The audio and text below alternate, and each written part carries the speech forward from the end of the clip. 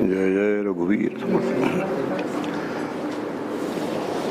शेवटचा भाग आता प्रास्ताविकाचा शेवटचा भाग म्हणूया की ज्यामध्ये प्रत्येक अध्यायाला अमुक अमुक योगो नाम असं नाव आहे. सांख्य योगो नाम, कर्मयोगो नाम, भक्ती योगो नाम वगैरे वगैरे. ते योग शब्दाचा आपल्या प्रत्यक्ष साधनेशी काय संबंध आहे, कसा संबंध आहे ते थोडं समजावून घ्यायचा प्रयत्न करूया. म्हणजे त्या योगाचा तो अध्याय वाचल्यानंतर त्या योगातून काय झालं पाहिजे याचा आपल्याला अंदाज येतो. एक 2-3 दिवसात लक्षात आलं असेल की सगळा भर जो आहे तो शास्त्र वापरणाऱ्यावरती आहे. आपल्या ह्या ज्या शास्त्राचा जीवनामध्ये उपयोग करून घ्यायचा आणि आपल्या शास्त्राची दर्जा उंची वाढवायची.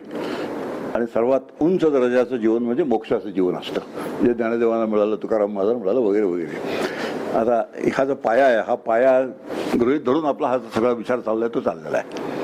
तो योग शब्दाचा अर्थ असा आहे जोडणं, असा योग शब्दाचा अर्थ आहे. योग म्हणजे जोडणं. आता इथे कोणाला कोणाशी जोडायचं आहे तर जीवाला आत्म्याशी जोडायचं आहे की जीवाला ब्रह्माशी जोडायचं आहे. फार स्पेसिफिक ह्या सगळ्या गोष्टी आपल्याला ठाऊक पाहिजे ना. यांनी नेमकं काय व्हायचं आहे तर जीव आणि आत्मा यांचं ऐक्य व्हायचं आहे, म्हणजे जीवाला आत्म्याशी किंवा ब्रह्माशी जोडून द्यायचं आहे. आता प्रश्न आहे की जीव आणि आत्मा हे पहिल्यापासून कायमचे वेगळे आहेत का आमच्या अज्ञानामुळे वेगळे झाल्यासारखे वाटले. खूप प्रश्न असतो. जीव आणि आत्मा जे आहेत ते कायमचे एकरूपच आहेत, पण अविद्येमुळे किंवा अज्ञानामुळे ते एक नाहीत असं वाटतं. आणि मग असंच आहे, त्याला जीवदशा म्हणतात. जीवभाव किंवा जीवदशा त्याचा अर्थ असा होतो मी जीव आहे अशी जी समजूत आणि मी जीव आहे या समजुतीने जे आपल्याला सुखदुःख भोगावे लागतात, ती जेव्हा सुखदुःख आपण भोगतो तेव्हा त्याला जीवदशा असं म्हणतात किंवा त्याला जीवभाव धरून बसणं असं म्हणतात. आणि मग त्या जीवभावाचं रूपांतर आत्मभावात करणं म्हणजे जीव आणि आत्मा यांचं ऐक्य सिद्ध करणं, जीव आत्म्याशी जोडून देणं हे योगाचं स्वरूप आहे. सगळे अध्याय मी वाचले गीतेचे. प्रत्येक अध्यायाच्या शेवटी योग आहे लिहिलेला. आणि 10-20 वेळा गीता वाचल्यानंतर, अभ्यास केल्यानंतर जर एकाही पद्धतीने माझा योग साधला नसेल, कर्मयोगाने म्हणा, ध्यानयोगाने म्हणा, तर समजायचं आपल्याला गीता अजून समजायला पाहिजे समजलेलं नाही, जशी ती जमायला पाहिजे तरी जमलेलं नाही आहे. हे खूप महत्त्वाची गोष्ट आहे की ज्यासाठी हे सगळं चाललंय ते जमतंय की नाही, ते होतंय की नाही यावर नजर ठेवणं, लक्ष ठेवणं हे एक साधकाचं काम असतं. आता हा एक प्रश्न आहे की जीव आणि ब्रह्म हे मूळचे एकरूपच आहेत. याचा अर्थ असा होतो की जीव आणि आत्मा यांचं जे ऐक्य आहे ते नव्याने निर्माण होत नाही, असलेलंच ऐक्य अनुभवाला येतं. मूळचं ऐक्य आहे ते अज्ञानामुळे नाही असं वाटलं आणि मग पुन्हा जेव्हा अनुभव आला तेव्हा मूळचं असलेलं ऐक्य जे आहे ते अनुभवाला येतं. आता एक उदाहरण आहे, हा जो पंखा आहे हा हवा निर्माण करत नाही, तर असलेली जी हवा आहे त्या असलेल्या हवेमध्ये गतीमुळे तो वारा निर्माण करतो. आता काय आपण लक्षात घेतलं तर समजा एक निर्वात आहे, खोली आहे, तर निर्वात खोलीमध्ये जर पंखा लावला तर अजिबात वारा येणार नाही, कारण खेळवायला हवा असल्याशिवाय मूळची पंखा वारा निर्माण करू शकत नाही. आता वारा हे हवेचं स्वरूप आहे, हवेत बदल झाला, हवेला गती निर्माण झाली की त्याला वारा म्हणतात. आता हवा निर्माण करण्याचं काम पंखा करत नाही, असलेली हवा फिरवायचं, वाऱ्यात रूपांतर करण्याचं काम पंखा करतो. अगदी तसं आहे हे जे सगळं तत्वज्ञान आहे. हे सगळं तत्वज्ञान मोक्ष निर्माण करत नाही, असलेला मोक्ष आमच्या अनुभवाला आणून देतो. आता एक खूप महत्त्वाचा विचार आहे, असलेला मोक्ष आमच्या अनुभवाला आणून देतो. आता मोक्ष जर बंधन जर सत्य असतं, आता मोक्ष शब्द बंधन सापेक्ष आहे. बंधन म्हणजे आपल्याला माहिती आहे आपण बद्ध आहोत. कशाने बद्ध आहोत? अज्ञानाने बद्ध आहोत. म्हणजे कशाने बद्ध आहोत? सगळ्या प्रश्नांची उत्तर समजली पाहिजे. मी बद्ध आहे असं जेव्हा शास्त्र मला सांगतं त्यावेळेला मग शास्त्राची जबाबदारी आहे मी कशाने बद्ध आहे, त्या बंधनाचं स्वरूप काय आहे. तर अज्ञान आहे त्या बंधनाचं स्वरूप आहे. मी काल ते 3 बंधनं सांगितली. मी स्वतःला शरीर समजतो, हे शरीराचं माझ्यावरचं बंधन, आणि त्या शरीरातून स्वतःची सुटका करून येणं म्हणजे ते असताना ॲज इट इज ती सुटका होतेच केव्हा तरी, तर तशी ती अपेक्षित नाही आहे. ते असतानाच ते शरीर मी नाही असा निर्णय करून घेणं ह्याला बंधनातून सुटणं असं म्हणतात. शरीराच्या बंधनातून सुटणं, कर्तृत्वाच्या बंधनातून सुटणं, जग भोवतालचं सत्य आहे हे जे बंधन आहे त्या बंधनातून सुटणं, सुखदुःख मला भोगलीच पाहिजेत यातून सुटणं. आता हे जे सगळे आहेत, ह्या सगळ्या ज्या सुटका आहेत त्या सगळ्या सुटकेना मोक्ष असं म्हणतात. त्यामुळे मोक्ष हे अगदी स्पेसिफिक आहे. मोक्ष शब्दाचा नेमका अर्थ काय, बंधनातून सुटका, बंधनांचं स्वरूप काय, एवढी सगळी बंधनं असतात. त्या बंधनातून मी सुटलो की समजायचं मी मुक्त झालो. मोक्ष ही अशी काही ॲबस्ट्रॅक्ट आयडिया नाही आहे. नाही तर आता हे परमार्थामध्ये हे एक ॲबस्ट्रॅक्शनचं एक फार मोठं बंध आहे की प्रत्येक गोष्ट अशी गूढ आहे, फार गुप्त आहे, गुपित आहे आणि ती समजणं मोठं कठीण आहे. अशा पद्धतीचं आहे की हवा निर्माण केली जाते. ती हवा निर्माण करण्याची काही आवश्यकता नाही. मोक्ष शब्दाचा स्पेसिफिक अर्थ सुटका. सुटका म्हणजे बंधनातून सुटका. बंधनं कल्पित असतात, ती सत्य नसतात. जर बंधन सत्य असतं तर कधी गेलंच नसतं. आता त्यात लॉजिक आहे, जे सत्य असतं ते तिन्ही काळात असतं. जे कालही आहे, आजही आहे, पुढेही आहे, त्याला सत्य म्हणतात. आता बंधन जर सत्य असतं तर कधीच गेलं नसतं. मग ज्या अर्थी ते जातं त्या अर्थी ते सत्य नाही. याचा अर्थ असा होतो की नसलेलं बंधन जे आहे, कल्पनेने आमच्यावर जे आम्ही लादून घेतलेलं बंधन आहे, त्या बंधनातून सुटका करून घ्यायची. असलेल्या बंधनातून सुटका नाही करून घ्यायची. आता कितीतरी गोष्टी ह्या खूप समजावून घ्यायच्या गोष्टी आहेत आणि समजावून घेत वाटचाल केली तर मोठा आनंद असतो. आणि न समजता आम्ही वाटचाल केली तर ते यांत्रिक काहीतरी होऊन जातं झालं. आणि असं यांत्रिकता, कुठल्याही क्षेत्रात यांत्रिकता आली की त्यात जे निर्माण व्हायचं ते निर्माण होतं, म्हणजे काहीच निर्माण होत नाही. आणि म्हणून हाच आपला विचार चाललेला आहे की योग म्हणजे काय. आता उदाहरणार्थ कर्मयोग नावाचा योग आहे. आता कर्मयोगाने काय झालं पाहिजे, तर कर्मयोग अशा युक्तीने ते कर्म केलं पाहिजे की ज्यामुळे जीवाचा आत्म्याशी योग व्हायला मदत होईल. आता त्याचं कर्मयोग हा शब्द आहे, ते तिसऱ्या अध्यायाचं नाव आहे. कर्मयोग नाम तृतीयोध्याय. मग आता कर्मयोग म्हणजे कर्माने योग कसा होतो जीव आणि आत्म्याचा, तर कर्माने जीव आणि आत्मा यांचा योग व्हायला मदत होते. कशी मदत होते, कर्माने मोक्ष मिळत नाही. फार मोठा सिद्धांत आहे. कधीही कर्माने मोक्ष मिळणार नाही. मग कर्माने काय होतं, कर्माने चित्त शुद्ध होतं आणि चित्त शुद्ध झालं की मोक्ष मिळायला मदत होते. उपासनेने चित्त शांत होतं आणि असं शुद्ध आणि शांत चित्त झालं की मग त्याच्यामध्ये चैतन्याचं प्रतिबिंब बरोबर अनुभवाला येतं.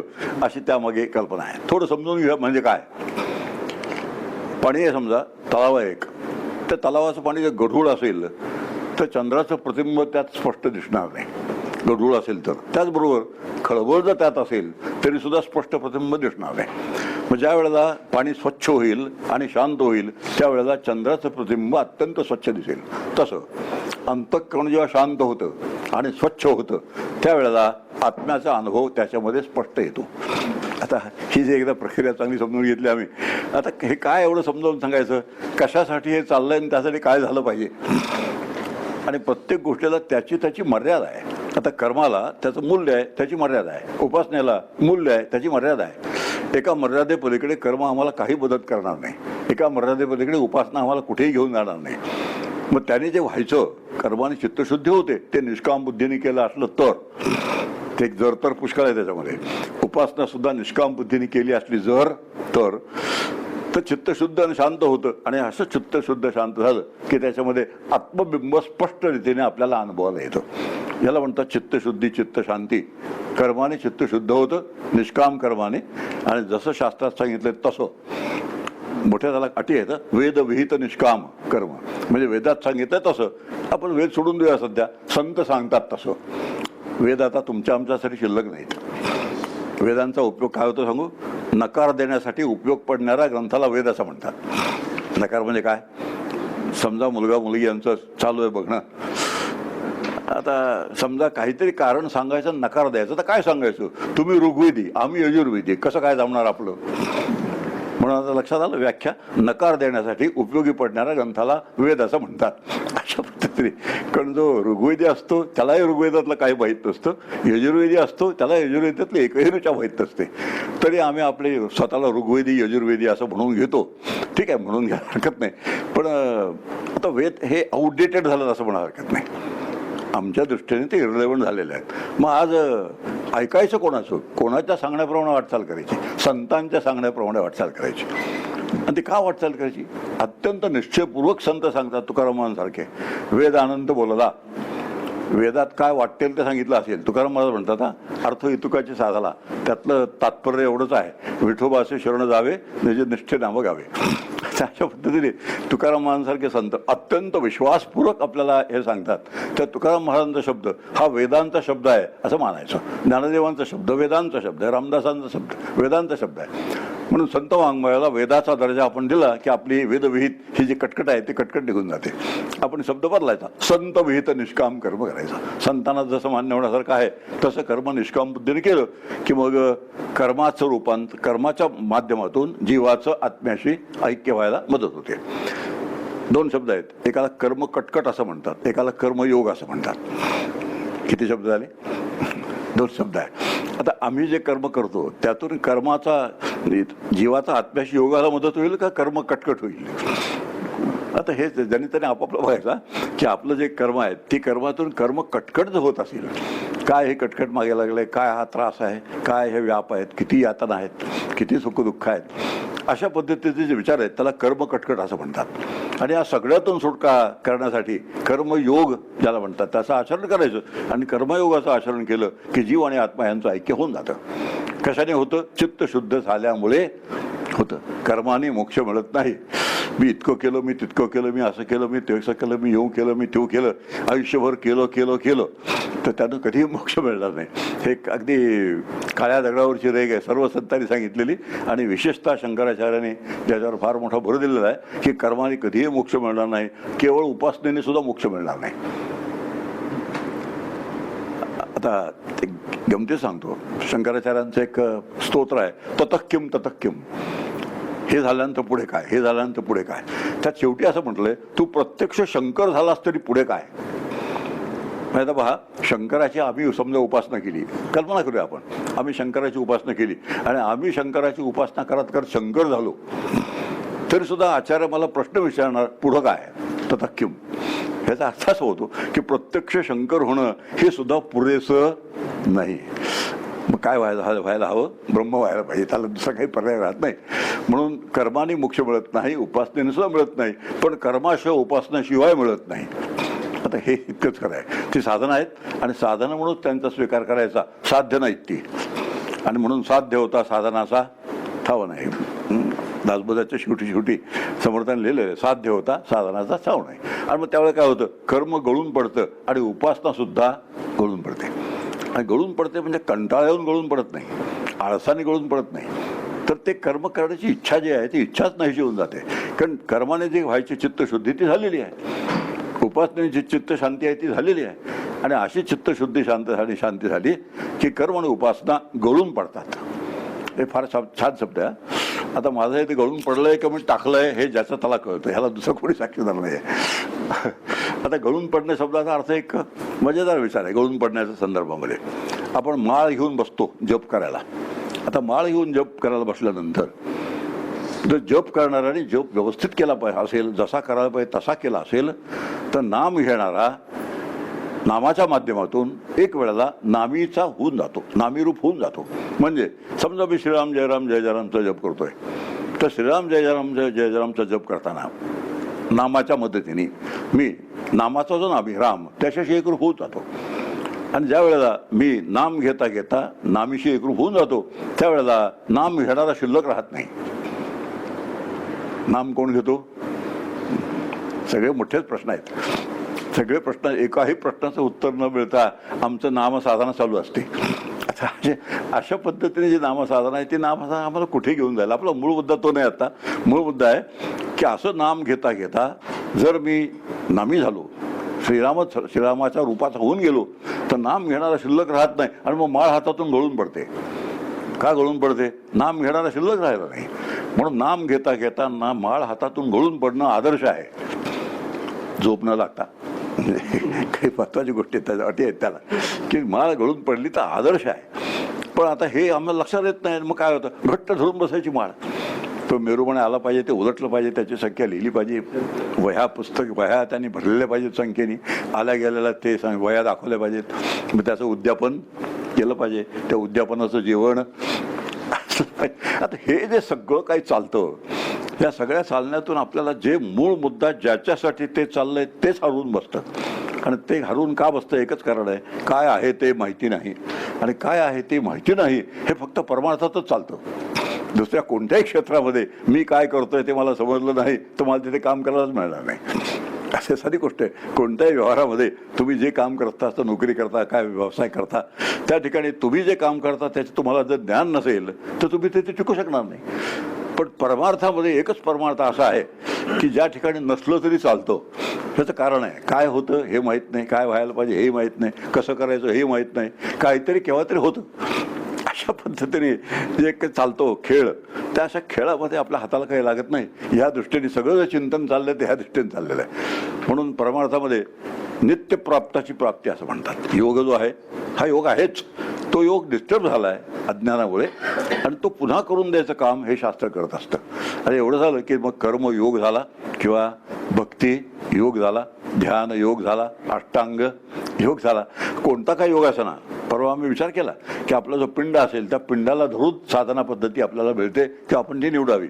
आणि त्या पिंडाला धरून आपण आपली साधना पद्धती निवडली की त्या साधनेतून जीव आणि आत्मा यांचं ऐक्य झालंच पाहिजे. ते जर झालं नाही तर तुम्ही कोणत्याही नावाची साधना केली असली तरी त्या साधनेचा तुम्हाला उपयोग झालेला नाही असा त्याचा सरळ अर्थ होतो. म्हणून हा जो योग आहे पहिला अर्जुन विषाद योग. आता पहिल्या अध्यायाचं नाव आहे अर्जुन विषाद योग. आता हा योग चांगला आहे का? विषादाचा योग झालेला हा चांगला आहे का? मग योगाचे दोन प्रकार आहेत. जे योग नसावेत असे योग आणि जे योग असावेत असे योग. मोठी यादी आहे गीतेमध्ये. योग नसावेत कोणते त्याची यादी आहे आणि योग असावेत कोणते त्याची यादी आहे. आता अर्जुन विषाद योग, यामध्ये अर्जुनाच्या बुद्धीला विषादाचा योग झालेला आहे. आता ही जो योग आहे हा योग काढून टाकायचा योग आहे. आणि जोपर्यंत बुद्धीतून विषाद जात नाही तोपर्यंत कर्मयोग झाला म्हणतात किंवा भक्तियोग झाला म्हणतात, कुठलाच योग आपल्याला साध्य होणार नाही. म्हणजे विषादाचा झालेला योग जो आहे हा गेल्याशिवाय जो योग व्हायला पाहिजे तो योग होणार नाही. म्हणून आधी विषाद काढून टाकला पाहिजे.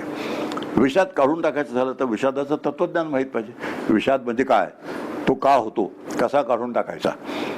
तो विषाद जर गेला नाही तर जो योग व्हायला पाहिजे, नावच काय आहे पहिल्या अध्यायाचं, अर्जुन विषाद योग.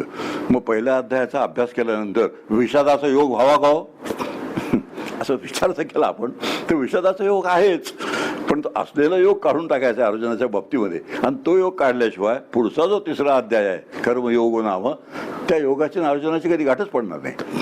आणि म्हणून विषाद जो आहे पहिला ते विषाद काढला पाहिजे. आणि विषादाचे दोन भाग सांगितले शास्त्रकारांनी. विषादाचे दोन अर्थ होतात की कर्तव्य कर्म समोर उभं राहिल्यानंतर त्या कर्तव्याविषयी जर आमच्या मनात मोह निर्माण झाला तर त्याला विषाद असं म्हणतात. कर्तव्य समोर आलं तर अर्जुनाच्या समोर लढाईचं कर्तव्य उभं राहिलेलं आहे. ती लढाई अर्जुनावर लादली गेलेली आहे, पांडवांवर लादली गेलेली आहे. अर्जुनाने लढाईला आमंत्रण खुमखुमी नाही अर्जुनाला लढाईची. आता विचार करण्यासारखा विषादाची पार्श्वभूमी लक्षात घेऊ आपण. आणि इतकी सगळी पार्श्वभूमी लक्षात घेतल्यानंतर आपल्याला लक्षात येतं की अर्जुनाने लढाईला आमंत्रण दिलेलं नाही, अर्जुनाला लढाईची खुमखुमी नाही आहे. उलट 5 पांडवांनी असं म्हटलं की 5 गावं आम्हाला दिलीत तरी सुद्धा पुरतील, इतकं कॉम्प्रोमाइज करायला पांडव तयार झाले होते. पण दुर्योधनाने काय सांगितलं, ठाऊक आहे सुईच्या टोकावर राहील एवढीसं माती देणार नाही. आता ह्यामुळे पांडवांवर युद्ध लादलं गेलं. आणि असं लादलं गेलेलं युद्ध जेव्हा प्रत्यक्ष समोर कौरव उभे राहिले त्या अर्जुनाच्या मनात जो मोह निर्माण झाला त्या मोहाचा परिणाम म्हणून त्याला विषाद निर्माण झाला. आता अर्जुनाच्या विषादाचं कारण काय, तो मोह निर्माण झाला. मोहाचं स्वरूप काय, हे सगळे माझे आहेत, हे कोणी माझे गुरु आहेत, माझे पौत्र आहेत, कोणी नातवंड आहेत, कोणी पुतणे आहेत, कोणी भाऊ आहेत, हे सगळे माझे माझे माझे माझे आहेत. आणि असे ते सगळे माझे समोर बघितल्यानंतर आणि ज्यांच्याकडून आपण शिक्षण घेतलं असे ते गुरु जे आहेत त्या क्षेत्रातले धनुर्विद्येतले गुरु द्रोणाचार्य आहेत, भीष्माचार्य संबंध कुटुंबाचेच गुरु आहेत. आणि अशी मंडळी पलीकडच्या विरोधकामध्ये दिसल्यानंतर अर्जुनाला मोह निर्माण झाला. आणि जो मोह आहे त्यामध्ये माझे म्हणून मोह निर्माण झाला. माझे हे कोण आहेत, सगळे हे माझे आहेत. आणि हा जो मी आणि माझं, मी आणि माझं हा जो काही प्रकार आहे त्यातलं माझं याने अर्जुनाला मोह निर्माण झाला. माझेचा मोह झाला. आणि माझेचा मोह झाल्यामुळे अर्जुन तिथे धनुष्य टाकून बसला. आणि धनुष्य टाकून बसला शब्दाचा अर्थ होतो कर्तव्य सोडून अर्जुन तिथे बसला. आणि मोहाचा परिणाम काय झाला पहिल्यांदा, विषादाचा परिणाम काय झाला, कर्तव्य सुटून गेलं. आणि कर्तव्य सुटलं की माणसाच्या माणूस म्हणून काही शिल्लकच राहत नाही. भगवद्गीतेमध्ये कर्तव्य पालनावर जबरदस्त भर दिलेला आहे की आपलं जे कर्तव्य आहे ते कर्तव्य आपण कुठल्याही भावनेचा विचार न करता, इमोशन्सचा विचार न करता, सेंटिमेंटचा विचार न करता समोर आलेलं कर्तव्य जसं केलं पाहिजे तसंच केलं पाहिजे. आता हा जरा वाचणारा विचार कठोर आहे, वाटताना हा विचार कठोर आहे, पण हा विचार कठोर बुडीच नाही याचं कारण आहे, हा अर्जुन सुद्धा संन्यास घ्यायला निघाला होता. मी यांच्याशी लढाई करण्यापेक्षा संन्यास घेतलेला भीक मागितलेली चांगली असं अर्जुन म्हणाला. आता असं जर अर्जुनाने केलं असतं तर परिणाम काय झाला असता की जे दुष्ट लोक आहेत, दुर्जन लोक आहेत, आक्रमक लोक आहेत, त्यांनाच त्याचा फायदा झाला असता. आणि म्हणून नेहमी असं होतं, सज्जन जेव्हा चांगल्या पद्धतीने विचार करतात, करुणेने विचार करतात, दयेने विचार करतात, तेव्हा फावतं कोणाचं? दुष्टांचं फावतं, दुर्जनांचं फावतं. हा आपल्या भारताला लागलेला एक फार मोठा शाप आहे. पूर्वी एकदा 18 वेळा ते आमच्या ताब्यात सापडले तेव्हा आम्ही त्यांना दया आणून सोडून दिलं, इमोशनच्या आहारी जाऊन सोडून दिलं. आपल्याला माहिती आहे मोहम्मद घोरीची गोष्ट, पृथ्वीराज चव्हाण आणि मोहम्मद घोरी. 18 वेळा घोरी ताब्यात सापडला पृथ्वीराज चव्हाणाच्या, तेव्हा सोडून दिलं त्यांनी. का? दया, म्हणजे अनाठायी दया, अनाठायी धर्माच्या कल्पना. पण एकदा जेव्हा पृथ्वीराज चव्हाण त्यांच्या ताब्यात सापडला त्यांनी ठारच मारलं त्याला. आता हा जो विचार आहे, आता टर्निंग पॉईंट ना भारताच्या इतिहासातला टर्निंग पॉईंट आहे. आणि हा भारताच्या इतिहासाचा टर्निंग पॉईंट का तयार झाला? अनाठायी दया केल्यामुळे, इमोशन खाली विचार केला, सेंटिमेंटल विचार केला, धर्माच्या विपरीत कल्पनांनी विचार केला. आणि तो एक्झॅक्टली अर्जुनाचा झाला होता. धर्माच्या विपरीत कल्पना, ममत्वाच्या विपरीत कल्पना, त्या सगळ्या कल्पनातून अर्जुन युद्ध सोडून जायला तयार झाला होता. आता अर्जुनासारखं एवढं आमच्यावर नाही प्रसंग दारुण, पण आपल्याला सुद्धा केव्हा तरी असे प्रसंग जीवनामध्ये येतात की ज्या वेळेला आपल्या समोर आपल्यातलेच लोक आपल्या विरोधामध्ये उभं राहण्याची शक्यता असते. कारणाने विशेषतः प्रॉपर्टीच्या संदर्भात वाटण्या जेव्हा होतात कायदेशीर पद्धतीने, त्यावेळेला आपलेच लोक आपल्या विरोधात उभे असलेले दिसतात. त्यावेळेला आता अर्जुनाला भगवंताने जे सांगितलं त्याचा जर विचार केला तर सगळी ताकदपणाला लावून त्यांच्याशी झुंज दिली पाहिजे. जर आपली बाजू बरोबर असेल, आपली बाजू न्यायाची असेल तर सोडून दे, जाऊ दे, त्या प्रॉपर्टीने माझं काय अडलंय, अशा पद्धतीने आम्ही जेव्हा विचार करतो त्यावेळेला त्यांचं फावतं कोणाचं? जे दुष्ट दुर्जन आक्रमक लोक आहेत, अन्यायी लोक आहेत, त्यांचं फावतं. आणि असं जर फावत गेलं सगळ्या समाजामध्ये तर सगळा समाज काय होऊन जाईल, हा विचार सगळा भगवंताने अर्जुनाच्या बाबतीत अर्जुनाला सांगितला. आणि हे जेव्हा आपण इकडून शिकतो गीतेतून, तेव्हा गीतेचं तत्वज्ञान तुमच्या आमच्या सामान्यांच्या जीवनामध्ये ते उतरायचं असेल तर एक त्याचा निर्णय निघतो. कोणताही निर्णय इमोशन खाली, सेंटिमेंट खाली घेता कामा नये.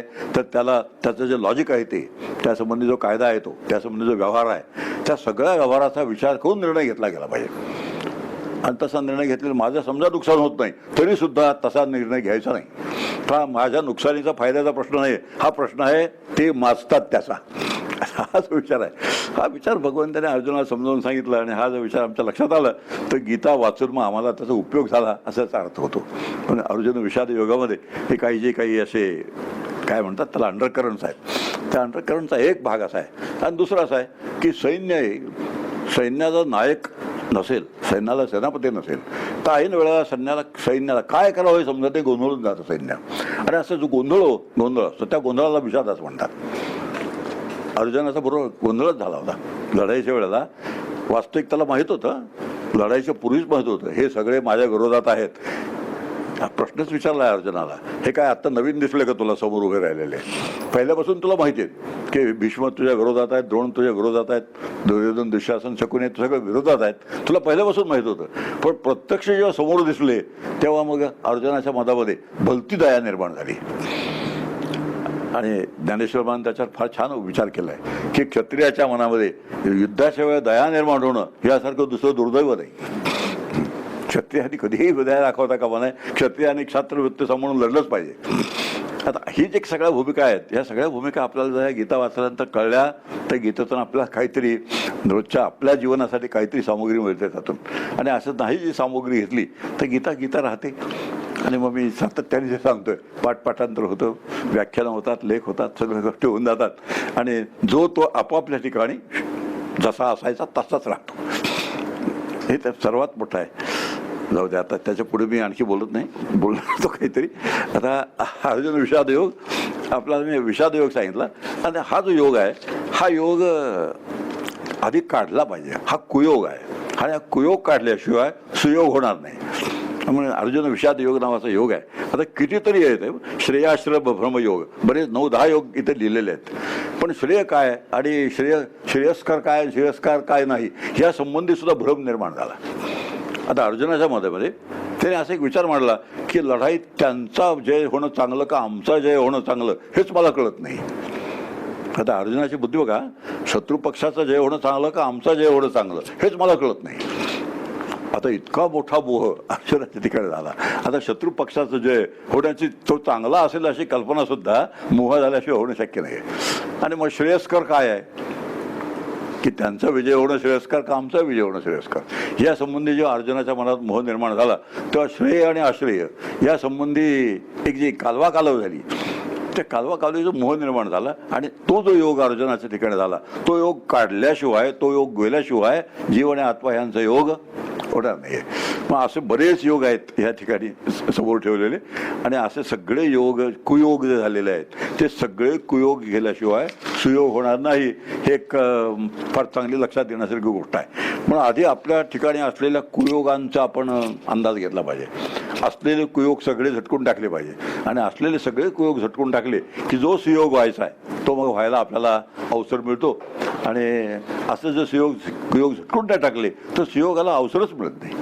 आणि म्हणून सगळे कुयोग काढून टाकणं विचाराने, तत्त्वज्ञानाने हे साधकाचं एक काम आहे. सगळेच्या सगळे आपल्यापाशी असतील असं नाही. पुष्कळ मोठी यादी आहे. सगळेचे सगळे कुयोग काही सगळ्यांमध्ये साठलेले नसतात. ते 10 असतील समजा, आपल्या 2-3 असतील. पण 2-3 जरी कुयोग असले तरी त्यांनी सुयोग होत नाही एवढं मात्र आपण लक्षात ठेवलं तर आपलं काम म्हणजे गीतेच्या संदर्भामध्ये आपल्याला बरंच काही समजल्यासारखं होतं. म्हणून अर्जुन विषाद योग आहे. या अर्जुन विषाद योगामध्ये एवढा विचार विषाद योगाच्या संदर्भात आपल्याला पुरेसा आहे. आणि तो विचार झाल्यानंतर सांख्य योगाकडे आपण जाऊया, जो दुसरा योग आहे. सांख्ययोग शब्दाचा अर्थ सांख्य शास्त्र जे आहे, सांख्य तत्वज्ञान नावाचं एक तत्वज्ञान आहे. 6 आस्तिक दर्शन आहेत, 6 नास्तिक दर्शन आहेत. त्यामध्ये सांख्य दर्शन नावाचं एक दर्शन आहे. त्या दर्शनाचा ह्या सांख्ययोगाशी काही संबंध नाही आहे. आता हे काय लक्षात ठेवलं पाहिजे. आपलं कुठेतरी घोटाळा होण्याचा संभव आहे आणि कोणीतरी तसं सांगण्याचाही संभव आहे. तर ते सांख्ययोग आहे तो अगदी वेगळा आहे. हा सांख्ययोग हा अगदी वेगळा आहे. ह्याला बुद्धियोग असं नाव दिलेलं आहे. दुसरं नाव आहे बुद्धियोग. म्हणजे विचाराच्या साह्याने कर्म करायचं, विचारपूर्वक कर्म करायचं. ह्या सांख्ययोगाचं स्वरूप आहे. कर्म करायचं ते करायचं, पण त्या कर्माला विचाराची जोड द्यायची, तत्त्वज्ञानाची जोड द्यायची. आणि तत्त्वज्ञानाची जोड दिल्यानंतर जे कर्म होईल ते कर्म निर्लेप होईल. त्या कर्मात पापपुण्यही निर्माण होणार नाही आणि ते कर्म निर्लेपही होऊन जाईल. पापपुण्य केव्हा निर्माण होतं? कर्म करताना पापपुण्य केव्हा निर्माण होतं? करू नये ते केलं की पाप निर्माण होतं. आणि करावं ते केलं म्हणजे जे सांगितलं विहित म्हणून केलं तर पुण्य निर्माण होतं. पण पापपुण्य निर्माण न व्हायचा एक उपाय आहे, कर्तृत्व सोडून जर केलं, मी करता ही भूमिका सोडून जर केलं तर पापही निर्माण होत नाही, पुण्य निर्माण होत नाही. म्हणजे पाप करून पाप निर्माण होत नाही असं नाही. आता हे एक आणखी विचार आहे. पाप करून पाप मी करता नाही पापाचा, त्यामुळे आपल्याला त्याचा काही संबंध नाही अशी भूमिका घेऊन चालत नाही. तर पुण्यही करून मी करता नाही आणि पाप तर करायचंच नाही. आता हा एक विचार महत्त्वाचा, अतिशय महत्त्वाचा विचार आहे. पाप करायचं नाही म्हणून त्याचा काही लेप लागत नाही. पुण्य करून सुद्धा मी करता नाही ही भूमिका ठेवायची म्हणून मग लेप लागत नाही. असं निर्लेप कर्म झालं की तो मग सांख्ययोग तयार झाला. म्हणजे बुद्धियुक्त कर्म झालं. बुद्धीशी सुसंगत, तत्त्वज्ञानाशी सुसंगत कर्माचरण झालं की मग सांख्ययोगाचं तत्त्वज्ञान जे आहे ते आपल्याला पचलं, समजलं असं त्याचा अर्थ होतो. पुढे म्हणतात कुतस्त्वा कशमलविदम वैषम्य समुपस्थितम अनार्जुष्टम स्वर्गम. आता अर्जुनाला जो उपदेश केला आहे तो 4 स्तरावर उपदेश आहे. एक व्यावहारिक स्तर आहे, दुसरा धर्माचा स्तर आहे, तिसरा नीतीचा स्तर आहे आणि चौथा परमार्थाचा स्तर आहे. अशा 4 स्तरावरती भगवंताने त्याला उपदेश केला आणि त्यातून सगळ्यातून बाहेर काढायचा त्याने प्रयत्न केला आहे. हे 4 स्तर आहेत. एक पहिला स्तर आहे व्यवहारातला. आणि त्या व्यवहारातल्या स्तरावरती देवाने असा विचार केला की तू अत्यंत कीर्तिमान आहेस. तुझी जी कीर्ती आहे फार मोठा योद्धा म्हणून, ती सगळी कीर्ती नष्ट होऊन जाईल. तुला सगळे लोक पळपुटा म्हणतील आणि असं पळपुटा म्हणून घेणं तुला शोभत नाही, म्हणून तू लढाई कर. हा जो उपदेश आहे हा व्यवहाराच्या स्तरावरचा आहे. दुसरा उपदेश आहे धर्माच्या स्तरावरती. क्षत्रियाला युद्धामध्ये जर मरण आलं त्याला स्वर्ग मिळतो असं धर्मशास्त्र सांगतं. आणि म्हणून धर्माच्या दृष्टीने जितोवा आणि हतवावा. जिंकलास तर राज्य भोगशील, मेलास तर स्वर्ग मिळेल. आता हे जो उपदेश आहे हा धर्माच्या संदर्भातला आहे. तिसरा आहे नीतीच्या संदर्भातला. अर्जुन क्षत्रिय आहे त्यामुळे क्षात्र नीती आहे त्याला, तो राजाही आहे त्यामुळे राजनीती आहे, आणि युद्धावर उभा आहे म्हणून युद्धनीती सुद्धा आहे. त्या अर्जुनाच्या समोर 3 नीतींचा संबंध आहे, युद्धनीती, क्षात्रनीती, राजनीती, अशा तिन्ही नीतींचा अर्जुनाशी आत्ता संबंध आहे. आणि या तिन्ही नीतीमध्ये जे जसं सांगितलंय त्या नीतिशास्त्रात तसं पाळणं हे आवश्यक आहे. म्हणून ते नीतिशास्त्र पाहत. त्या नीती शब्दाचा अर्थ असा आहे, नियते अननैती नीती, ही त्याची व्युत्पत्ती आहे. जिच्याकडून नेलं जातं त्याला नीती म्हणतात. युद्धाकडे नेलं तर युद्धनीती, राजशास्त्राकडे राजनीती, अर्थनीती, आपल्याला सगळं माहिती आहे, परराष्ट्र व्यवहार नीती, ह्या सगळ्या नीतीच आहेत. आम्ही नीती थोड्याशा एक दोन गोष्टी तशी कोंडून ठेवलेल्या आहेत. मनुष्य नीतिमान आहे, अनितीमान आहे, बस एका गोष्टीचा विचार केला की आमच्या नीती अनितीच्या कल्पना संपल्या. अशा किरकोळ कल्पना नीती अनितीच्या शास्त्राने केलेल्या नाहीत. तर ही जी युद्धनीती आहे त्या युद्धनीतीच्या दृष्टीने अर्जुनाने समोर आलेलं युद्ध करणं हे अर्जुनाचं क्षत्रिय म्हणून कर्तव्य आहे, राजा म्हणूनही कर्तव्य आहे. ह्या पद्धतीने विचार केला आणि युद्धनीतीचे नियम सांभाळून ते युद्ध केलं पाहिजे, असं आणखी एक नियम आहे. काही दिवस पण युद्धनीती सांभाळली गेली अभिमन्यूला मारेपर्यंत.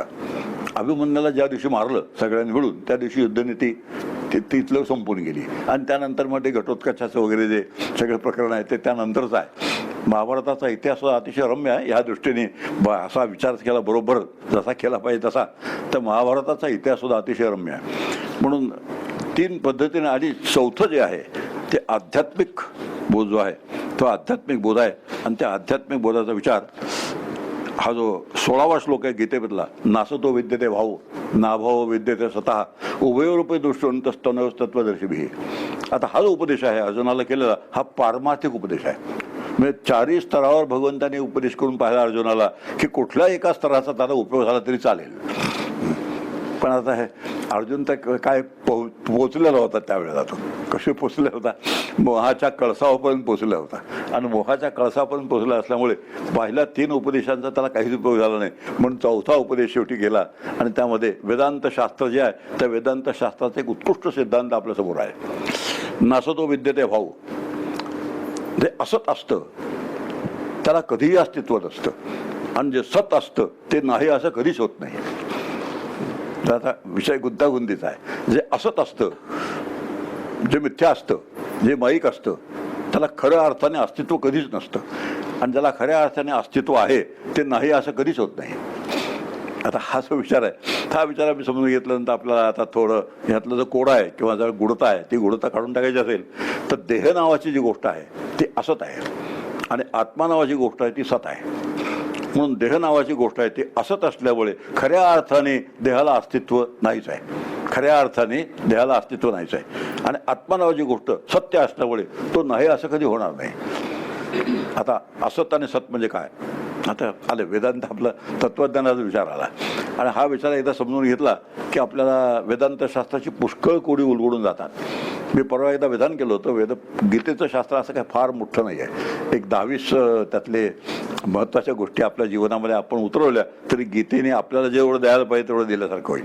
फार मोठं गीताशास्त्र सगळंच्या सगळं आपल्याला आतमध्ये बसवून घ्यायची काही आवश्यकता नाही. त्यातला हा एक अतिशय महत्त्वाचा विषय आहे, नासतो विद्यते भाऊ नाभाव विद्यते स्वतः. म्हणजे आपलं जे शरीर आहे ते शरीर शास्त्राप्रमाणे सतासत विलक्षण अनिर्वचनीय मिथ्या आहे. म्हणजे काय, मोठे शब्द झाले. आता सत विलक्षण म्हणजे सतच्या लक्षणांची न जुळणारं, आणि असत विलक्षण म्हणजे असतच्या लक्षणांशी जुळत नाही. असं दोन्ही लक्षणांशी जे जुळत नाही ते जे माणसाचं शरीर आहे ते सतासत विलक्षण मिथ्या असं म्हणतात. हा मिथ्या शब्दाचा नेमका अर्थ आहे. सत शब्दाचा अर्थ असा होतो जे तिन्ही काळात अबाधित असतं त्याला सत म्हणतात, आणि जे कधीच नसतं त्याला असत म्हणतात. ते संस्कृतमधले शब्द जे आहेत ना त्याचे अर्थ माहीत असल्याशिवाय आपल्याला याची उकल होणं मोठं अशक्य गोष्ट आहे. सत शब्दाचा अर्थ जे तिन्ही काळात असतं त्याला सत म्हणतात, आणि असत शब्दाचा अर्थ कधीच नसतं. आता दृष्टांत दिलेत की सशाला कधीच शिंग नसतं, त्यामुळे सचाचं शिंग असत आहे. आकाशाला कधीच फूल लागत नाही म्हणून आकाशाला लागलेलं फूल कसं आहे, असत आहे. वंध्येला कधीच मुलगा होत नाही म्हणून वंध्यापुत्र कसा आहे, असत आहे. आता हे अशीच उदाहरण आहेत. आणि सत म्हणजे त्रिकाला बाधित असतं ते सत. त्यातलं जे असत आहे म्हणजे असत विलक्षण आहे ते तुमच्या आमच्या परिचयाचं आहे, पण सत जे आहे ते तुमच्या आमच्या परिचयाचं नाही आहे. आता ते परिचय करून घेणं हे दुसऱ्या अध्यायाचं काम आहे. ते परिचय करून देणं हे दुसऱ्या अध्याचं काम आहे. आता आता आपल्या शरीराचा विचार करूया. माझं शरीर सत आहे का? सतचं लक्षण काय? जे तिन्ही काळात असतं त्याला सत म्हणतात. आता माझं शरीर काही वर्षापूर्वी नव्हतं, आज नक्की आहे आणि काही वर्षानंतर नक्की असणार नाही. तेव्हा माझं शरीर सतच्या लक्षणांशी जुळतं का? सतचं एक लक्षण जे शास्त्रकारण गेले, तिन्ही काळात जे असतं अबाधित त्याला त्रिकालाबाधित असं नाव आहे. मग तिन्ही काळात अबाधित माझं शरीर आहे का? मग ते माझं शरीर तिन्ही काळात अबाधित नाही, त्या अर्थी माझं शरीर सत नाही. मग कसं आहे? मग नाही असं आहे का? आहे. नाही म्हटलं तर आत्ता दिसतंय आणि आहे म्हटलं तर नक्की जाणार आहे. अच्छा, अशा पद्धतीने विचार केला तर सत विलक्षण, असत विलक्षण, अनिर्वचनीय. असत म्हणावं तर आत्ता दिसतंय, असत कसं म्हणता येईल? ससाच्या शिंगासारखं माझं शरीर आहे का? कधीच नाही, असं नाही आहे. बरं, सत म्हणावं तर नक्की जाणार आहे म्हणून त्याला सतही म्हणता येत नाही. म्हणून माझं शरीर कसं आहे? सतासत विलक्षण, अनिर्वचनीय, मिथ्या. म्हणून माझं शरीर कसं आहे? मिथ्या आहे. म्हणून ते कसं आहे? माईक आहे. मग असं जे मिथ्या शरीर आहे, जे माईक शरीर आहे, त्यामध्ये सत्य नावाचं तत्व आतमध्ये आहे की नाही? ह्या सबंध शरीरामध्ये सत्य नावाचं तत्व आहे की नाही? आपल्या एका शरीराचा विचार करूया. एवढा विचार केला की सगळ्याचा विचार केल्यासारखा होऊन जातो. आणि हा जो परमार्थ आहे ना, ही इथे येऊन भिडला ना की तो खरा भिडतो. जोपर्यंत तुमची शरीरं सगळे मिथ्या आहेत असं मला वाटतंय, तोपर्यंत लांब आहे, काय हरकत नाही. तुमची शरीर मिथ्या ठरवलं माझं काय बिघडतं? पण असं तसं कोण मागत नाही. ते शेवटी आपल्या स्वतःशी येऊन भिडतंच आहे केव्हा तरी. आणि असं आधीपासूनच जर मी स्वतःशी आणून भिडवलं तर मग आपल्या शरीरावर जे अनावश्यक प्रेम आहे, त्याची जी आसक्ती आहे, त्याच्याशी जे तादात्म्य आहे, ते जाता कामा नये असं जे वाटतं. आपल्या सर्वांचा एक निर्णय आहे, काय वाटेल झालं तरी हे जाऊन चालत नाही, शरीर जाऊन चालणार नाही. आणि कालच ज्याची रामनवमी झाली त्या रामाचा एक निर्णय आहे, काय वाटेल झाले तरी नेल्याशिवाय सोडणार नाही. मग तुम्ही किती पूजा करा, कुठली फुलं व्हा, गंध व्हा, अक्षदा व्हा, फेऱ्या घाला, रामायणाची पारायण करा, उपास तापास करा, व्रतवैकल्य करा, अयोध्येला जा, काय वाटेल ते करा, त्याला केल्याशिवाय ते सोडत नाही. आता हाच विचार केला तर आता हे मोठा संघर्ष आहे की मी म्हणायचं हे शरीर जाता कामा नाही आणि तो म्हणायचा गेल्याशिवाय मी नेल्याशिवाय राहणार नाही. ह्या जिंकणारे कोण? परमार्थाचा विचार फार सोपा. ह्या जिंकणारे कोण? 100% तो जिंकणार आहे. आणि 100% तो जिंकणार असल्यामुळे ह्याला मॅच फिक्सिंग असं म्हणतात. आता हा जो खेळ चाललाय मॅच फिक्सिंग आपल्याला सगळं ठाऊक आहे. आता हा जो देव, ईश्वर आणि मी, राम आणि मी यांचा जो खेळ चाललेला आहे, त्या खेळामध्ये जिंकणारे तोच जिंकणार आहे. मग आता तो जिंकणारे ठाऊक असेल तर खेळायचं कशाला? पण तिथेच तर सगळं आमची गडबड आहे. तो जिंकणार आहे माहिती आहे तरी खेळल्याशिवाय सोडणार नाही, हरल्याशिवाय राहणार नाही. संतांनी एक्झॅक्टली बरोबर ह्याच्या उलटं केलं. अजिबात खेळले नाहीत ते आणि जिंकले. आता हे रहस्य समजून घ्या. म्हणजे नासदो विद्यते भाव म्हणजे काय, ह्याचा आपल्याला चांगला अंदाज येतो. आणि जोपर्यंत अंदाज येत नाही तोपर्यंत श्लोक झाला, श्लोकाचा अर्थ वाचला, श्लोक आटोपला, श्लोक संपला, श्लोक उरकला. किती गोष्टी झाल्या. हे पूजेसाठी हे सगळे राखून ठेवले असतात बरं का. पूजा उरकली का, पूजा आटोपली का, पूजा संपली का, पूजा झाली का, संपली का, वगैरे वगैरे. का बरं एवढं असं पूजेसाठी का असं ते जाऊ दे, तो वेगळा विषय. पण असंच होतं बघ. गीता संपली का, संपली. आटोपली का, ती आटोपली. मग मला काय तिने काय दिलं, मला तिने काहीच दिलं नाही.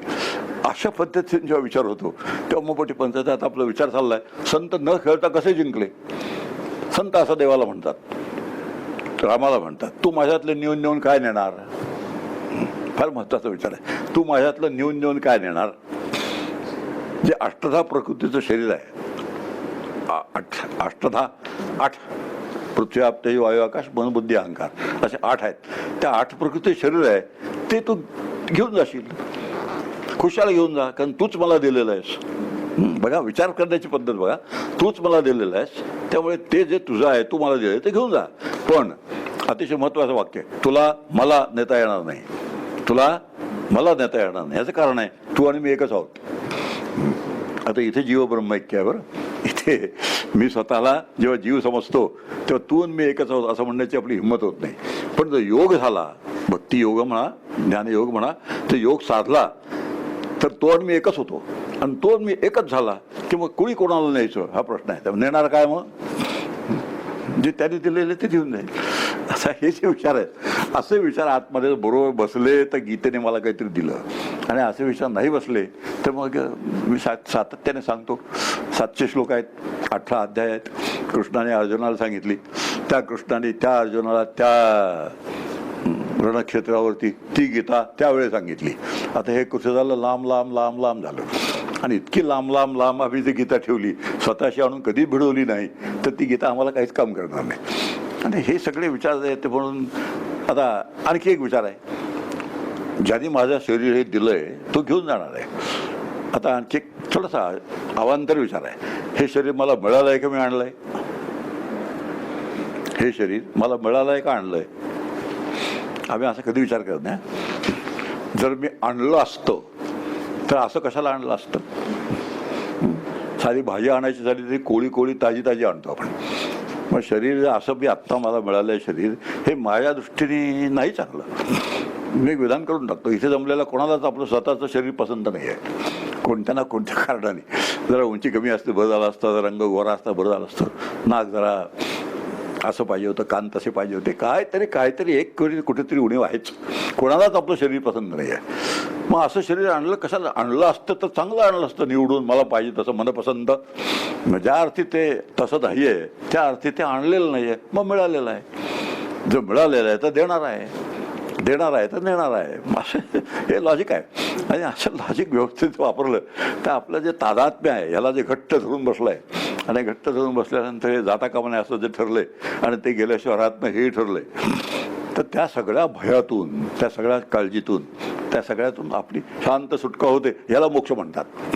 आता मोक्ष शब्दाची व्याख्या बरोबर बसली तर मोक्ष म्हणजे कुठंतरी ग्रंथात असतो, तीर्थक्षेत्रात असतो, अशा पद्धती मठात असतो, आश्रमात असतो. अशा ज्या कल्पना आहेत त्या संबंधी या सगळ्याच्या सगळ्या कल्पना जातील, आणि मोक्ष इथे आतमध्ये असतो, आपल्याच ठिकाणी असतो. ही कल्पना दृढ होऊन जातील. म्हणून नासतो विद्यते भाऊ, जे सत आहे. आता काय सत आहे तर ह्याच्यामध्ये एक मोठा नियम आहे की ज्या देहाला उत्पत्ती स्थिती लय आहे, जन्म आहे, जरा आहे, मरण आहे, त्या देहामध्ये ज्याला जन्म जरा आणि मरण नाही असं एक तत्व उपलब्ध आहे.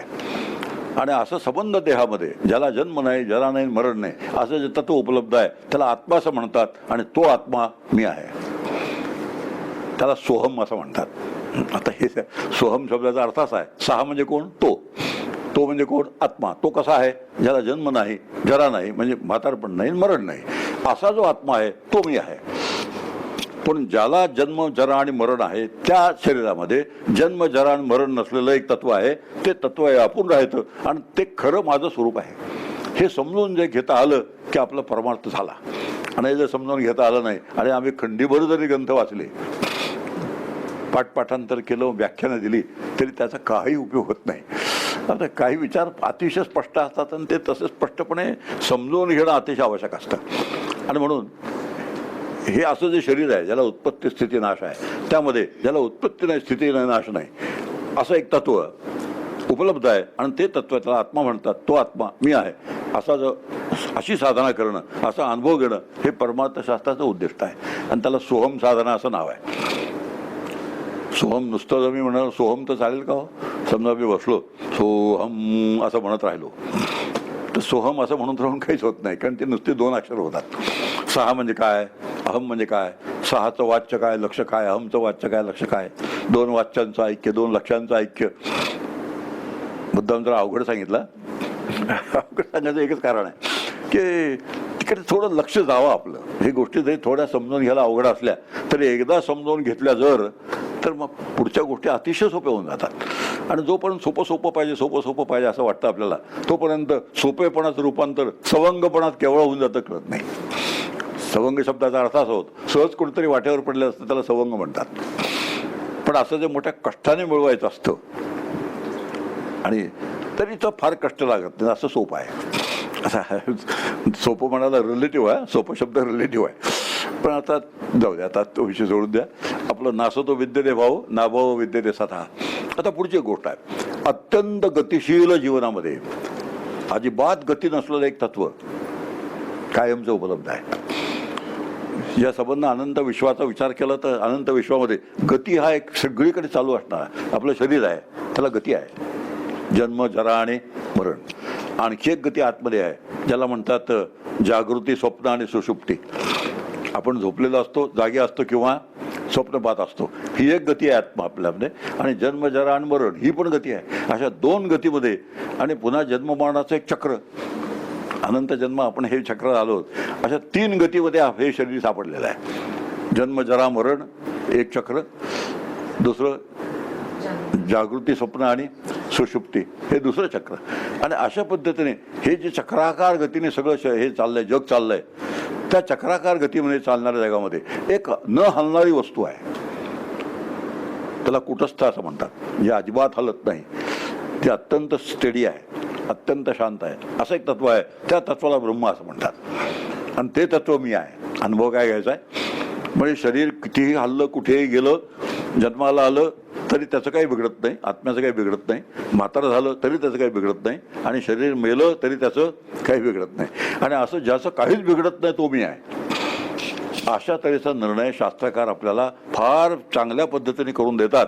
जर आम्ही शास्त्र नीट समजावून घेतलं तर, थोडं तरी शास्त्राच्या मागे वाटचाल केली तर. आणि जोपर्यंत आम्ही थोडं शास्त्र समजून घेत नाही, जोपर्यंत आम्ही सोपं मागे लागतो, तोपर्यंत आमच्या हाताला काही लागण्याची शक्यता नाही. आणि जी साधनं आपल्या हाताला लागतील ती साधनं नामासारखी साधनं. सगळेजण आम्हाला सांगतात नामासारखं साधन अतिशय सोपं आहे. खरी गोष्ट आहे. पण नाम घेणारा कोण माहीत पाहिजे, ज्याचं नाम घेतो तो कोण माहीत पाहिजे, नाम घेतल्याने काय होतं हे माहीत पाहिजे. आता हे सगळे जे आहेत, आणि मगासारखं नाम सुटलं पाहिजे केव्हा तरी, ते केव्हा सुटतं हे काहीच कल्पना नसताना नामसाधनेसारखं साधन आहे. ते सोपं आहे, गोष्ट खरी आहे. पण तरीसुद्धा ते नामसाधन जर तसं केलं तर त्यातून आपल्याला जे मिळालं पाहिजे ते मिळतं, एवढी गोष्ट खरी आहे. मुद्दा एकच आहे की प्रत्येक गोष्ट समजल्याशिवाय, उमजल्याशिवाय, त्यातल्या आतलं रहस्य कळल्याशिवाय, त्यातले बारकावे कळल्याशिवाय आपली वाटचाल जशी व्हायला पाहिजे तशी होण्याची शक्यता नसते. आणि हे सगळं करायचं म्हणजे त्याला वेळ द्यायला लागतो पुष्कळ. आणि हे वेळ द्यायचा असेल तर उपद्व्याप जीवनातले कमी करावे लागतात. साधक जो आहे त्या साधकासाठी काही गोष्टी सांगायला लागतात, व्याप तर करावेच लागतात आपल्याला. पण आपली प्रापंचिक माणसं सगळी व्यापाशिवाय आमचं चालणार नाही. पण सगळे उपद्व्याप आपल्याला बंद करता येतात. जर साधना करायची असेल तर उपद्व्यापात जाणारा जो वेळ आहे तो सगळ्याचा सगळा वाचवता येतो. मग उपद्व्यापात जाणारा वेळ जर वाचला तर अभ्यासाला पुष्कळ वेळ मिळतो. पण आमचं एक असं आहे, व्यापापेक्षा उपद्व्यापच जास्त असतात. म्हणजे काय तर व्याप आणि उपद्व्याप त्यात काय फरक आहे. आता समजा मी डॉक्टर होतो माझ्या गावामध्ये, चांगली प्रॅक्टिस होती माझी, तर चांगली प्रॅक्टिस असणं आणि ती करणं हा व्याप आहे. पण माझ्यासारखी दुसरी कोणाची प्रॅक्टिस नाही असं वाटणं हा काय झाला, हा उपद्व्याप झाला. माझ्यासारखी दुसरी कोणाला प्रॅक्टिस मिळता कामा नये असं वाटणं हा उपद्व्याप झाला. आता व्याप आणि उपद्व्यापातला फरक, आणि मग तुलना, माझी गाडी कशी, त्याची गाडी कशी, वगैरे वगैरे वगैरे. थाट जे असतात, एक गाड्यांचे थाट, बायको मुलांचे थाट, घरांचे थाट, हे सगळे जे थाट आहेत हे सगळे थाट उपद्व्यापातले आहेत. घर असलं पाहिजे बरोबर आहे, गाडी असली पाहिजे हे बरोबर आहे, पण त्यांच्या तुलना, त्या तुलनेमध्ये जाणारा वेळ, त्या तुलनेमध्ये जो आपला मनाचा वेळ फुकट जातो, बुद्धीचा वेळ फुकट जातो, वाणीचा वेळ फुकट जातो, हे सगळे जे फुकट जाणारे वेळ आहे त्याला उपद्व्याप असं म्हणतात. आणि हे एकाच क्षेत्रातले माझे उपद्व्याप सांगितलं. आता ज्याने त्याने आपापले उपद्व्याप आहेत ते थोडे थोडे लक्षात घ्यावे. आणि असे सगळे उपद्व्याप जे आहेत हे सगळे उपद्व्याप जर सोडून दिले तर पुष्कळ वेळ मिळतो. म्हणून वेळ मला मिळत नाही असं जे म्हणतात ते सगळे खोटं बोलणारे लोक असतात. आणि वेळ का मिळत नाही, उपद्व्यापामुळे वेळ मिळत नाही. व्याप, आता बघा साधा एक गोष्ट सांगतो, आपण अपडाऊन करतो, ट्रेनने म्हणा, बसने म्हणा, आपल्या स्वतःच्या कारने म्हणा, अपडाऊन करतो. ज्या वेळेला आम्ही ट्रेनमध्ये बसतो त्यावेळेला शरीर ट्रेनमध्ये बसलेलं असतं. ते शरीर इकडून तिकडे न्यायचं काम ट्रेन करत असते. माझ्या बुद्धीला काय काम असतं त्यावेळेला, बुद्धीला काय काम असतं, काहीही काम नसतं. मग ती बुद्धी त्यावेळेला काय करते, मग पेपर वाचते, बाहेरून बघते, शेजारी कोणी बसलं त्याच्याशी गप्पा उकरून काढते. आणि त्या अशा गप्पा उकरून काढल्यानंतर मग आमचा 1 तास अपडाऊनचा कसा जातो, उपद्व्यापात जातो. आता हा जो विचार आम्ही नीट लक्षात घेतला, आंघोळ करतो आम्ही, 15 मिनिटं आंघोळीला लागतात रोज. आंघोळीचं काही टाइम टेबल असतं का, आज हमाम आहे, उद्या लक्ष आहे, परवा जेवढे टी व्हीत दिसतात तेवढे सगळे साबण बाथरूममध्ये असले पाहिजेत. तर मग त्यांचे एक दिवस ठरलेले असं काही आहे का? आज जी आंघोळ ती उद्या आंघोळ, उद्या ती परवा आंघोळ, काय फरक पडतो? मग त्या आंघोळीच्या 15 मिनिटामध्ये जर जय जय रामकृष्णाने मनापासून म्हटलं तर आंघोळीसारखे आंघोळही होते. आणि आता हे जे उपद्व्यापाचे जागा आहेत एरियाज, त्या उपद्व्यापाचे एरिया आपल्याला आयडेंटिफाय करता आल्या ज्याला त्याला आपापल्या, तर मग हे उपद्व्यापातून आपला वेळ मिळतो. आणि तो वेळ मिळाला की मग आता हे समोर आहे ते कौटुंबिक सिरियल बघण्यासारखा उपद्व्याप ह्या जगात दुसरा नाही. कौटुंबिक आणि कौटुंब असं का म्हणतो याचं एक कारण आहे. कौटुंबिक सिरियलमध्ये सगळं जे काही चालतं, सगळं जे काही चालतं ते सगळं आपल्या सर्वांच्या कमी जास्त अनुभवातलं असतं, कमी जास्त सगळ्यांच्या अनुभवात असतं. आणि त्यामुळे ती सिरियल बघितल्यानंतर काय होतं, रिप्ले सारखं होतं. म्हणजे आतले जे अनुभव असतात ते सगळे आपले अनुभव आपल्याला तिथे बघायला मिळतात. आणि तिथे बघायला मिळाल्यानंतर ते रिप्ले होतो. म्हणजे काय होतं, पुन्हा पुन्हा तेच गाणं वाजवल्यासारखं होतं. कुणी जर म्हणतात बरं का की टी व्ही हे काय की ते समाजाचं प्रतिबिंब असतं म्हणे, त्यात दिसतं. आता साधी गोष्ट आहे, बिंब आत असेल तर प्रतिबिंब कशाला पाहिजे बाहेरचं, हे विचार आहे ना. आणि ह्यात जे निनाळी नाती असतात कुटुंबातली, त्या नात्यांचे जे संघर्ष असतात ते सगळे नात्यांचे संघर्ष तुमच्या आमच्या परिचय असे असतात. आणि ते त्यामुळे शांत झालेले पुन्हा उकरून वर येतात. आता तुम्ही हा विचार करा की शांत झालेले संघर्ष, जे संघर्ष आम्ही विसरून गेलेलो असतो, लक्षातून गेलेले असतात, ते सगळे भूतासारखे पुन्हा येऊन उभे राहतात. समजा माझ्या भावाचं माझं काही वैर असेल, ते वैर समजा विसरलो मी, आणि त्यात जर भावांचं वैर पाहिलं, हां असंच होतं माझं, आता हा कोणी उपद्व्याप सांगितलाय, गेलं ना, संपलं की नाही, आमचं असंच होतं, त्यातून आम्ही कसे तरी वाचलो, काय ते माझं मला माहीत मी कसा सुटलो, ते चालू आहे तिकडे. आता हे जे सगळं आहे ह्याला उपद्व्याप असं म्हणतात. आणि सगळे उपद्व्याप जर आपल्याला टाळता आले तर पुष्कळ वेळ मिळतो. आणि पुष्कळ वेळ मिळाला की बुद्धीसुद्धा मग सूक्ष्म बनायला लागते. अशी स्थूलामध्ये रमणारी बुद्धी जर आवरून घेतली तर ती सूक्ष्म बनते. आणि ती सूक्ष्म बनली की त्याला हे सगळं आपोआप कळायला लागतं. लक्ष जर घातलं तर कळायला लागतं. आता इथे जमलेल्या सगळ्या लोकांच्या बुद्धिमान लोक आहेत सगळे. आता बुद्धिमान लोक असल्यामुळे त्याला कळणार नाही असं होणं शक्य नाही, कळणारच. फक्त एकच प्रश्न आहे, मात्र लक्ष घातलं पाहिजे. आत लक्ष घातलं तर कळल्याशिवाय आता नाही. माझा आर्ग्युमेंट फार सोपा आहे. मला जर कळलं असं मला वाटत असेल तो मला का कळू नये, असं सारी गोष्ट आहे. असा मी काय मोठा बुद्धिमान लागून गेलो का, काहीच नाही, जसा तुम्ही आहात तसाच मी आहे. पण कळलं असं मला वाटत असेल तर त्याचं एकच कारण आहे, उपद्व्याप कमी केले. एक आहे मेडिकल असोसिएशनचा कधी मेंबर झालो नाही, लायन्स क्लब नाही, रोटरी क्लब नाही, जायंट्स क्लब नाही, कोणाला जेवायला घरी बोलवून मेजव्यांना देणं नाही, मग आपल्याला मेजव्याला जाणं नाही. आता हे सगळे जे उपद्व्याप आहेत, हे सगळे उपद्व्याप जर आम्ही टाळले की ज्या उपद्व्यापातून नुसता त्रास होतो, बाकी काही होत नाही. पाहुणे बोलवलेले घरी निघून गेले त्यांच्या की पडलेली भांडी जी असतात ती अशी अंगावर येतात, प्लेट्स असतात ती. मग तेवढ्या वेळापुरती गृहिणी म्हणते बरं का, मी पुन्हा कधी बोलवणार नाही. पण असं 4 ठिकाणी गेलं म्हणजे 5व्यांदा आपल्याला बोलावं लागतं. आता हा जो चाललेला आहे, हा सगळा चाललेला आहे, याला उपद्व्याप म्हणतात. याला सामाजिक उपद्व्याप म्हणायचा. आणि अशा पद्धतीने उपद्व्याप जे असतात ते सगळे जोपर्यंत चालू आहेत तोपर्यंत परमार्थाला वेळ मिळत नाही, ही तक्रार कायमचीच राहणार आहे. आणि म्हणून नासतो विद्यते भाव नाभाव विद्यते स्वतः म्हणजे काय त्याचा अंदाज आपल्याला, त्याचा चांगला फिरून विचार केला. काही पंचदशीसारखे ग्रंथ असतात, विचारसागरसारखे ग्रंथ असतात. ह्या ग्रंथांचा जर आपण अभ्यास केला तर त्यातून हे सगळ्या गोष्टी आपल्याला कळायला लागतात. आणि हे न कळता आम्ही नुसते जर गीतेवर अवलंबून राहिलो तर गीतेच्या अनुषंगाने जे शास्त्रग्रंथ आहेत त्या ग्रंथाचा आम्ही जर कधी अभ्यास नाही केला तर गीतासुद्धा नीट कळायचं नाही, संत वाङ्मयसुद्धा नीट कळायचं नाही. मी अनुभवातून सांगतो की जेव्हा अगोदर मी तुकारामांचा गाथा वाचला, ज्ञानेश्वरी वाचली, पण नंतर जेव्हा विचारसागर रहस्य नावाचा ग्रंथ वाचला त्यावेळी तीच ज्ञानेश्वरी मला आणखी चांगली समजायला लागली. त्यातली गूढ जे आहेत, रहस्य जे आहेत, ते सगळी रहस्य आकलन व्हायला लागली. त्याचं कारण आहे त्याच्या मागचं शास्त्र कळायला लागलं. आता ह्याचं एकच आहे की त्या शास्त्र कळल्यानंतर, त्या शास्त्रामध्ये बुडल्यानंतर ते शास्त्र बरोबर आपल्यासमोर जसं उभं राहायला पाहिजे तसं उभं राहतं. आणि मग आपल्याला नासतो विद्यतो भाव म्हणजे काय ते कळतं. आणि असं आत्मानावाचं तत्व जे गूढ आतमध्ये आहे आपल्या, आता ते सिद्ध करण्याचा प्रयत्न करूया थोडासा की आपल्या आतमध्ये आत्मानावाचं तत्व आहे हे कशावरून.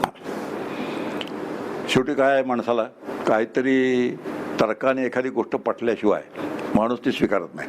अशा दोन गोष्टी आहेत. एक श्रद्धेने स्वीकारायचं, श्रद्धेने स्वीकारायचं फार सोपं होऊन जातं. पण श्रद्धा आणि तर्क दोन्ही जर एकमेकांना मिळाले तर समजणं फार, आपलं स्वीकारणं फार सोपं पडतं. आता बघा, आपल्याला जेव्हा 3 अवस्था मगाशी मी सांगितलं, एक आम्ही जागे तरी असतो, नाही आपल्याला स्वप्न तरी पाहत असतो, किंवा आपण झोपेत तरी असतो. जागेपणामध्ये आपण जेव्हा जागा असतो तर आपल्याला ज्ञान होतं यात शंका वाटत नाही. जागा असताना मला दिसून ज्ञान होतं, ऐकून ज्ञान होतं, ना वास घेऊन ज्ञान होतं. आता हे लक्ष द्यायचं, वास घेऊन काय होतं, वास घेऊन काय होतं, वासाचा जो पदार्थ आहे त्या पदार्थाचं मला ज्ञान होतं. ऐकून काय होतं, जो ऐकण्याचा आवाज आहे त्या आवाजाचं ज्ञान होतं. पाहून काय होतं, जे रूप आहे त्या रूपाचं मला ज्ञान होतं. तर सगळीकडे कॉमन काय आहे, थोडासा विचार करा. ऐकूनही रूपाचं ज्ञान आहे, आपलं शब्दाचं ज्ञान आहे, डोळ्याने पाहून रूपाचं ज्ञान आहे, चव घेऊन पदार्थाच्या रसाचं ज्ञान आहे, स्पर्श करून जो स्पर्शाचा विषय असेल त्याचं ज्ञान आहे. पण सगळीकडे 5 ज्ञानेंद्रियाने आत काय हे निर्माण होतं, ज्ञान होतं. तर जागृतीमध्ये ज्ञान असतं याबद्दल आमच्या मनात अजिबात शंका नाही. स्वप्नामध्ये सुद्धा आपल्याला स्वप्न पाहत असताना ते स्वप्न सगळं कळतं आपल्याला. त्यावेळेला प्रत्यक्ष स्वप्नामध्ये हे मी स्वप्न पाहिलं, हे मी पाहतोय, हे आपल्याला तिथे कळतं. म्हणजे स्वप्नात सुद्धा ज्ञान असतं यात आपल्याला शंका वाटत नाही. पण गाढ झोपेत सुद्धा ज्ञान असतं असं जे आपल्याला कळलं, लक्षात आलं, आणि ज्ञान आहे आत्म्याचं स्वरूप आहे हे जर आमच्या लक्षात आलं. आता हे महत्त्वाचे प्रश्न आहेत फार, आणि महत्त्वाचे प्रश्न एकदा सोडवून घ्यायची आवश्यकता असते. केव्हा तरी ह्याचा निर्णय लागण्याची गरज असते. एक नियम सांगतो तुम्हाला फिजिओलॉजीतला आमच्या, की गाढ झोप लागल्याशिवाय स्वप्न पडत नाही. नियम, गाढ झोप लागल्याशिवाय स्वप्न कधीही पडत नाही. उलट आहे, ज्या अर्थी मला स्वप्न पडलं त्या अर्थी गाढ झोप लागत असली पाहिजे. आता कित्येक जण म्हणतात मला झोप लागत नाही, मला झोप लागत नाही. मग त्यांना मी विचारतो तुम्हाला स्वप्न पडलं का हो म्हणतात ते. आता ह्याचा अर्थ असा की स्वप्न पडलं ज्या अर्थी त्या अर्थी झोप लागली असली पाहिजे, पण आपल्याला झोप लागली हे कळत नाही. त्यामुळे आता कमी वेळ लागत असलेली गोष्ट वेगळी आहे. पण आता मुद्दा असा चालला की गाढ झोपेमध्ये सुद्धा ज्या अर्थी स्वप्न पडतं त्या अर्थी गाढ झोपेमध्ये जाणण्याची व्यवस्था असली पाहिजे. आता हे तर्काने समजून घ्यायचा. जागृतीमध्ये ज्ञान होतं हे कळतं, स्वप्नामध्ये ज्ञान होतं आपल्याला कळतं, आणि गाढ झोपेमध्ये स्वप्न पडतं त्यावेळेला ज्यावेळेस स्वप्न पडतं त्या स्वप्नाच्या पदार्थांबरोबर ज्ञान बाहेरून आत येतं का आत ज्ञानाची व्यवस्था आहे म्हणून ज्ञान होतं. एक विचार करा. समजा मी इथे झोपलो, आता झोपल्यानंतर मला गावचं स्वप्न पडलं, माझ्या मुरगुडचं. तर मुरगुडचं स्वप्न पडताना मुरगुडचं ज्ञान होतं. ते मुरगुडचं स्वप्न पडताना जे मुरगुडचं ज्ञान होण्यासाठी ज्ञान आवश्यक आहे ते माझा आत आलं का बाहेरून, का आत व्यवस्था आहे ज्ञान होण्याची. मग त्याचा निर्णय लागून जातो की आत ज्ञान व्हायची व्यवस्था आहे. गाढ झोपेत सुद्धा आत ज्ञान व्हायची व्यवस्था आहे, आणि गाढ झोपेत आत ज्ञान व्हायची व्यवस्था असल्यामुळे जेव्हा स्वप्न पडतं तेव्हा मला ज्ञान झाल्याशिवाय राहत नाही. आणि हे जे ज्ञान आहे हे ज्ञान हे आत्म्याचं स्वरूप आहे. आता आत्मा नावाचं जे गूढ आहे ते आत्मा नावाचं गूढ सुद्धा आपल्याला सुटायला मदत होते. आत्मा हा ज्ञानरूप आहे. ज्ञान म्हणजेच आत्मा, आत्मा म्हणजेच ज्ञान. ज्ञान आणि आत्मा यात काही फरक नाही. फक्त फरक कुठे आहे, होणारं ज्ञान वेगळं आणि असणारं ज्ञान वेगळं. होणारं ज्ञान आहे त्याला वृत्तीज्ञान म्हणतात, आणि असणारं ज्ञान आहे त्याला आत्मा म्हणतात. आता काय आहे, ज्ञानामध्ये जेव्हा अनेक भेसळी होतात तेव्हा आपल्याला ज्ञान कळतं. मला ह्याचं ज्ञान झालं, मग आहे ज्ञान आहे बरं का, त्याचं ज्ञान झालं. ही सगळी भेसळ आहे ज्ञानामध्ये झालेली. पण भेसळ नसताना सुद्धा ज्ञान असतं. पण आम्हाला भेसळीची एवढी सवय झालेली आहे की भेसळीपासून ज्ञान असतं हे कळतच नाही आम्हाला. मुरगुडला आमच्या पौर्णिमा असते कोजागिरी. मी गवळी आला माझ्या दारामध्ये, त्याला म्हटलं मी 1 लिटर दूध मला जास्त पाहिजे. तो म्हणाला देतो तुम्हाला.